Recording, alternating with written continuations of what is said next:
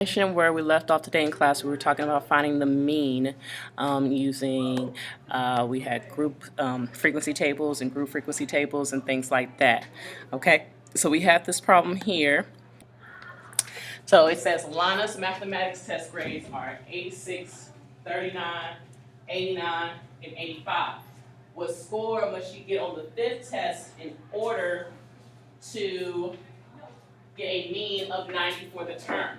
Okay, so we know already what her 4 test scores are.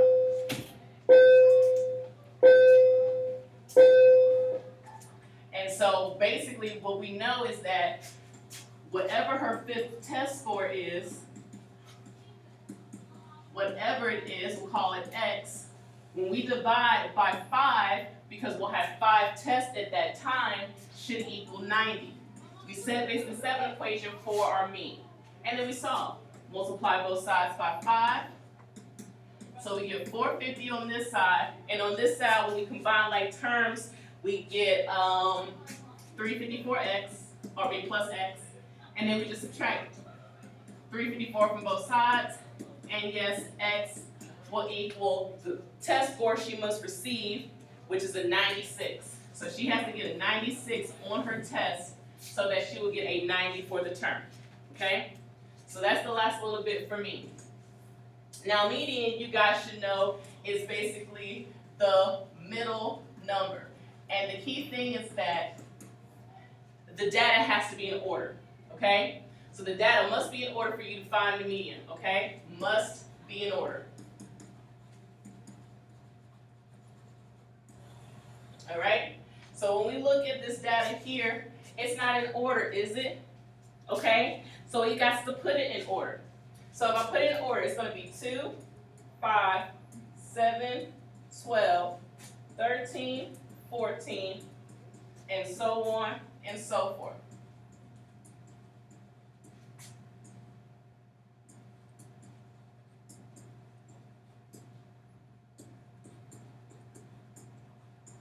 Once I get in order, then all I do is I just cross off numbers till I find the number that's in the middle. Okay? 55 goes with 2, 42 goes with 5, and I continue that pattern all the way till I reach my middle number, which is 23. And 23 is my median. That should have been easy stuff, okay? Nothing too new. Alright? However, this is new. There's actually a formula you can use to help you find your median. N plus 1 over 2. Now remember, N represents the total numbers that are in your set of data. So if I count 1, 2, 3, 6, 7, 8, 9, 10, 11, 12, 13, 14, 15, I got 15 pieces of data in my information. So I do 15 plus 1 over 2, I get 16 over 2, which is 8. 8 doesn't represent my median, but 8 represents the 8th term is my median. Okay? So if I were to count 1, 2, 3, 4, 5, 6, 7, 8, it tells me exactly what number is my median. So you can do it either way. You can put them in order, and then you can count, or you can put them in order and then slash off. Either way, it works. Now, measures of dispersion are different from measures of central tendency, okay? Measures of central tendency, such as mean, median, mode, explore the middle of the data set. However, measures of dispersion describe the spread of the data around a central value. The easiest type of measures of dispersion is your range, and your range tells you the difference between your largest value and your smallest value. So if I were to look at this last example with the median, my smallest value would be 2. Ladies Smith, come to the front office. Ladies Smith, to the front office. My smallest value would be 2. My largest value would be 55. So then to find the range, all I would do is 55 minus 2, and I'll find my range is 53. Okay? Simple as that. All right? Now, quartiles basically separate the original set of data into 4 equal parts, okay? Those 4 equal parts represent your first quartile, your second quartile, your third quartile, okay? And the easiest way to describe this and show this data is through a box and whisker plot, which basically summarizes the 5 statistical data graphically. You have your lowest value, which is your minimum, your highest value with your max, and then of course your Q1, Q2, and Q3. Q with a subscript of 1, 2, or 3 represents those particular quartiles. And what you should notice is that Q2 actually represents your median, the value that's in the middle, okay? Now there's a formula to find your upper and lower quartile.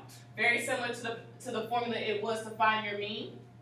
All you do is 1/4 n plus 1 over, actually it's not over anything, it's just n plus 1.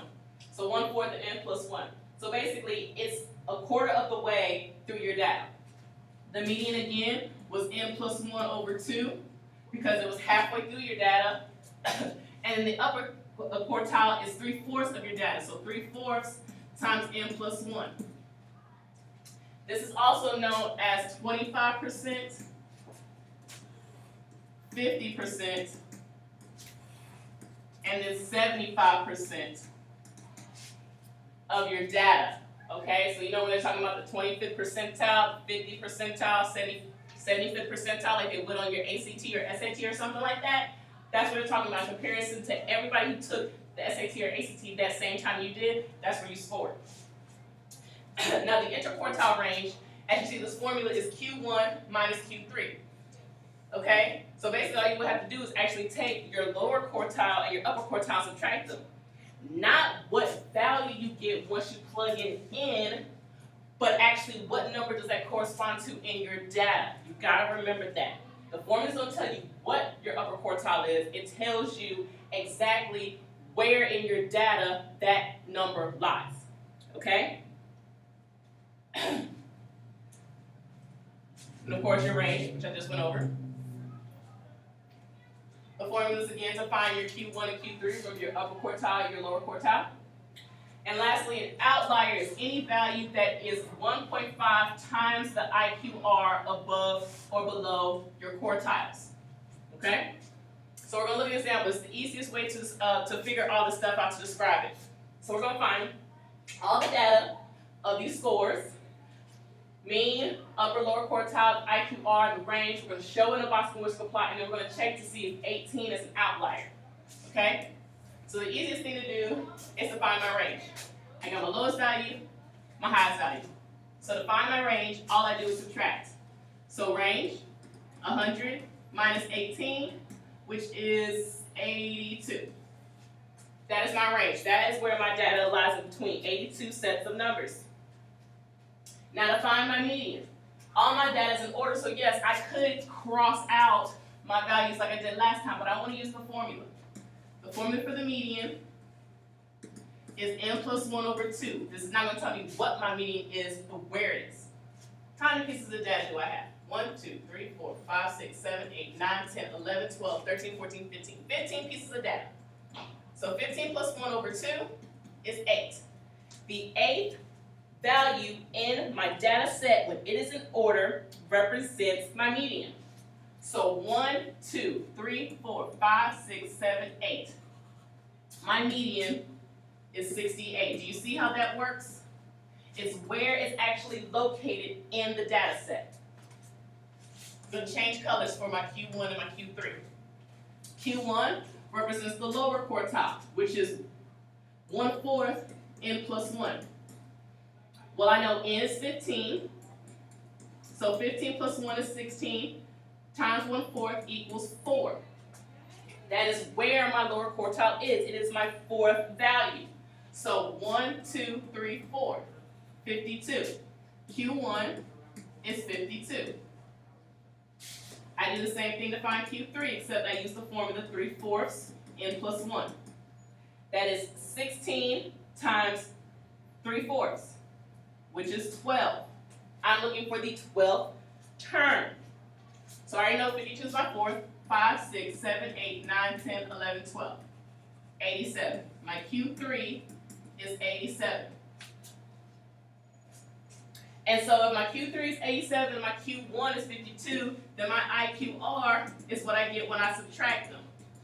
So 87 minus 52 is 35. That's my IQR. So that tells me where basically the middle part of my data basically lies within 35 values. Okay, that's what my IQR tells me. So when I create a box and whisker plot, it's very simple. I need a horizontal axis to basically show my numbers. Okay? I got 0, I got 100. But it doesn't matter how you make it, you just kind of want to keep it equal. I got 50, 25, 75. Like I said, again, it really doesn't matter. So my median, I put my median at 68, okay? It is a really thick bar, okay? It's gonna look like this. There's my median, it represents that middle part right there. Now my Q1 is at 52, my Q3 is at 87, and then that's where my box is. Now I need to create my whiskers. My whiskers are my lowest value, which is 18, and then my highest value, which is 100. And there I've created my box and whisker plot. Now sometimes they'll give you the actual chart they want you to plot your box and whisker plot on, and that's really nice because then you're not trying to guesstimate, okay, well where is 68 for me to put my median line? Where is 87? Where's 52? So on and so forth, okay? So you just want to be careful about that. Do not forget your whiskers in your box and whisker plot. Now the last thing is we have to check to see if 18 is an outlier.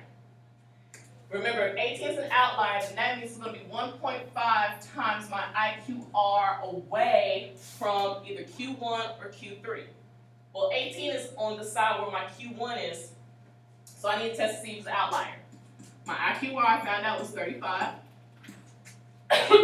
So when I multiply them together, I get 52.5. Now 52 was my lower quartile. If I were to subtract that from the formula, I get 0.5.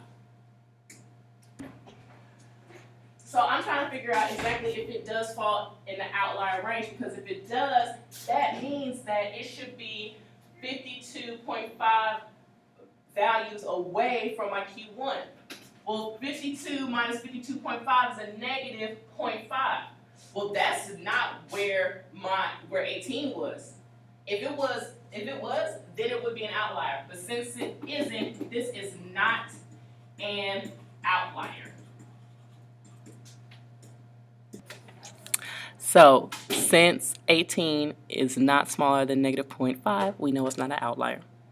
So that was the end of the notes, guys, that I didn't get a chance to get through. So I want you to actually try those problems and then bring your questions to class. Remember, it's the last page of the notes, okay? So get those done, and then I'll just see you guys on Monday. Have a good weekend.